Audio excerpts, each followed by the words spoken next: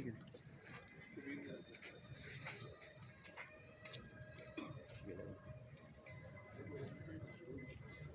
Thank you sir. एक minute सामने देखेंगे जी, सामने देखेंगे जी।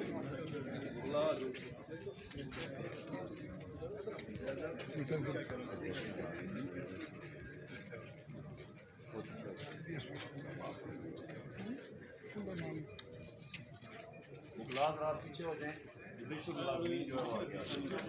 जय साहब।